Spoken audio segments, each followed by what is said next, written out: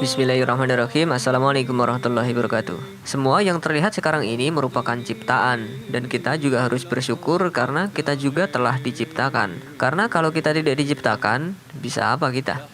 Nah, pernahkah kita bertanya, ketika segala sesuatu ini belum ada, kira-kira ada apa saja? Ya, jawabannya yang jelas ya tidak ada apa-apa. Namanya juga belum diciptakan. Pembahasan kita ini mengenai beberapa pertanyaan yang mungkin sering muncul ketika seseorang mulai tumbuh dewasa dan menanyakan Tuhannya, serta orang-orang yang dilingkupi oleh bisikan setan penghuni kuburan maupun penghuni perumahan. Silakan simak sampai selesai ya, karena ini akan membuka wawasan baru bagi kita semua, insya Allah. Mungkin ada di antara kita yang ketika lagi ngelamun sempat terbesit di pikirannya beberapa pertanyaan. Siapa yang menciptakan Allah dan bagaimana rupa Allah? Jika pikiran itu menyelimuti kita, sebaiknya kita buang jauh-jauh pikiran itu karena akal manusia sangat terbatas dan tidak akan mampu menjangkaunya. Ditambah lagi pertanyaan seperti itu sangat dilarang oleh Rasulullah Shallallahu Alaihi Wasallam. Dalam Sahih Bukhari disebutkan, berkata Abu Hurairah radhiyallahu anhu, Rasulullah Shallallahu Alaihi Wasallam bersabda, setan senantiasa mendatangi salah seorang dari kalian seraya berkata, siapa yang menciptakan ini dan siapa yang menciptakan itu? Hingga akhirnya dia bertanya, lantas siapa yang menciptakan Tuhanmu? Bila sudah sampai seperti itu, maka hendaklah dia meminta perlindungan kepada Allah dan menghentikannya. Hadis riwayat Bukhari. Yang namanya Tuhan itu tidak ada yang menciptakan. Jika Tuhan diciptakan berarti dia bukan Tuhan. Tuhan yang sebenarnya itu adalah yang menciptakan yang tadi sempat disebut Tuhan. Bingung kan? Pokoknya tidak ada yang namanya awal keberadaan Tuhan. Dan Tuhan juga tidak akan menciptakan Tuhan. Memang akan sangat sulit untuk menghilangkan pikiran itu karena setan-setan jahanam dan iblis laknat itu akan terus membisiki kita. Untuk itu kita butuh penjelasan yang logis. Ya, siapa tahu bisa membantu. Kita percaya kalau sebuah materi tidak akan ada kalau tidak ada yang menciptakan. Dan ada sebuah teori kalau terciptanya alam semesta terbentuk dari atom dan teori ledakan Big Bang. Teori ini tentu menimbulkan pertanyaan lain. Siapa yang menciptakan atom? Gak mungkin dong kalau atom muncul secara tiba-tiba tanpa ada yang menciptakan. Maka manusia harus mengakui adanya sang pencipta, Tuhan yang Maha Tunggal, Allah Subhanahu wa Ta'ala, awal dari segala sesuatu, tetapi dia sendiri tidak memiliki awal dan tidak pula memiliki akhir. Orang-orang yang tidak pernah merenungi kejadian ini tentu mereka tak akan sadar keberadaan Allah sebagai awal dari segala ciptaan. Yaitu orang-orang yang mengingat Allah sambil berdiri atau duduk atau dalam keadaan berbaring dan mereka memikirkan tentang penciptaan langit dan bumi. Seraya berkata, ya Tuhan kami, tidaklah engkau menciptakan ini dengan sia-sia. Maha suci engkau, maka peliharalah kami dari siksa neraka. Quran Surat Ali Imran ayat 191. Pertanyaan berikutnya tentang memikirkan bagaimana rupa Allah, ini juga termasuk sesuatu yang dilarang. Tetapi ada kisah yang mungkin bisa menenangkan pikiran kita dan berhenti untuk memikirkannya lagi. Allah tidak sama dengan apapun yang ada di dunia ini. Misalnya jika kita pernah membayangkan Allah itu punya tangan seperti makhluk atau mirip sesuatu yang ada di benak kita, bisa dipastikan anggapan itu salah. Karena kaidahnya sang Khalik tidak akan sama dengan makhluk. Dan tidak ada seorang pun yang setara dengan dia. Quran Surat Al-Ikhlas ayat 4. Di ayat ini Allah sebagai Tuhan ingin mengatakan secara terus terang kepada semua makhluknya bahwa dia tidak ada yang menyamai. Manusia juga tidak akan bisa melihat Allah dengan mata kepalanya sendiri sampai dia mati. Jangankan kita manusia biasa, Nabi Shallallahu Alaihi Wasallam pun tidak pernah melihat Allah secara langsung. Beliau Shallallahu Alaihi Wasallam hanya melihat cahaya yang menjadi hijab atau penghalang antara diri beliau dengan Allah ketika Isra Mi'raj. Begitu juga kisah Nabi Musa alaihissalam yang ingin bertemu Allah langsung di Bukit Sinai. Tapi sebelum Allah datang, beliau malah jatuh pingsan. Kisah ini pernah kita bahas di video sebelumnya. Untuk lebih lengkapnya silahkan cek aja. Kita tidak berdosa jika sebagian dari kita ada yang pernah terbesit dalam pikirannya di mana Allah sebelum menciptakan alam semesta. Jangankan kita yang suka kepo, sahabat pun pernah bertanya hal ini.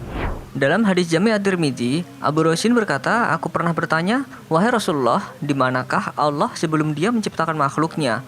Beliau menjawab, dia berada di ama atau awan yang tinggi. Di atas dan di bawahnya tidak ada udara, dan dia menciptakan arsinya di atas air. Ahmad bin Mani berkata, Yazid bin Harun berkata, istilah ama adalah tidak ada sesuatu pun bersamanya. Abu Isa mengatakan bahwa hadis ini hasan. Hadis riwayat at-Tirmidzi. Secara bahasa, ama sendiri berarti buta atau kebutaan. Bisa diartikan ama ini adalah suatu tempat yang tidak diketahui bentuk dan wujudnya kecuali Allah saja yang mengetahuinya.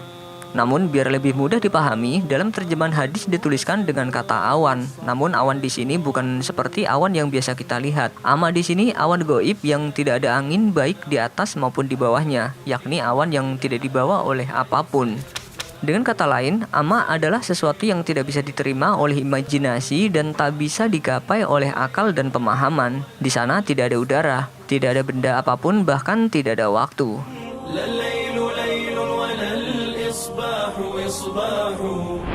Di sanalah Allah kemudian bersemayam pada arsinya di atas air. Tidak diketahui bagaimana bentuk arsi dan cara Allah bersemayam di atas arsinya itu, dan menanyakan hal itu adalah sesuatu yang dilarang. Yang jelas keberadaan arsi sudah disebutkan dalam Al-Quran maupun hadis.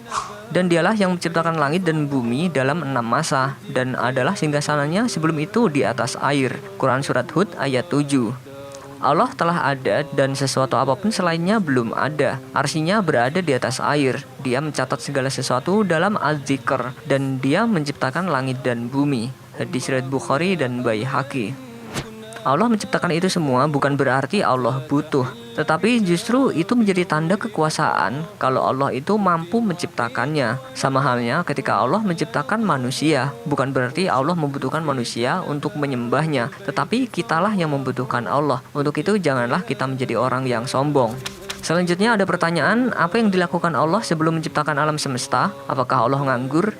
Pertanyaan ini sering dikemukakan oleh para filsuf besar, dan pertanyaan seperti ini muncul karena berpikir Tuhan itu sama dengan manusia dalam pusaran ruang dan waktu. Padahal Tuhan tidaklah terikat hukum-hukum alam, yang dimana hukum-hukum alam itu adalah ciptaannya sendiri. Tuhan tidak menempati ruang dan tidak berwaktu. Pertanyaan ini tidak bisa dijawab karena pertanyaannya menggunakan kata sebelum yang menandakan terikat dengan waktu itu sendiri, sedangkan Allah tidak berwaktu. Waktu itu adalah penghitung gerak atau ukuran gerak. Jadi jika tidak ada gerak, tidak akan ada yang namanya waktu. Karena Tuhan yang menciptakan waktu, maka tidak logis kalau Tuhan dikatakan sebagai sesuatu yang berwaktu.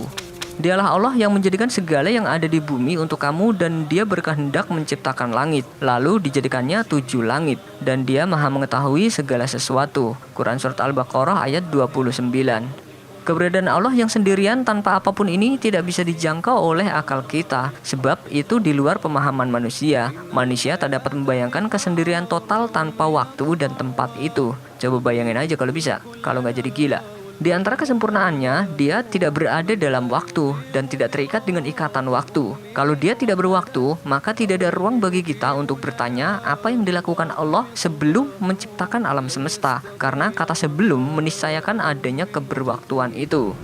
Jika jawaban ini kurang memuaskan, barangkali kita bisa melihat buku Akhlak Tasawuf karya Abu Din Nata. Di sini disebutkan, sebelum Allah menjadikan makhluk, Dia hanya melihat dirinya sendiri. Dalam kesendiriannya itu, terjadilah dialog antara Allah dengan dirinya sendiri, yaitu dialog yang di dalamnya tidak terdapat kata atau huruf. Allah melihat kepada zatnya, dan Dia pun cinta pada zatnya sendiri.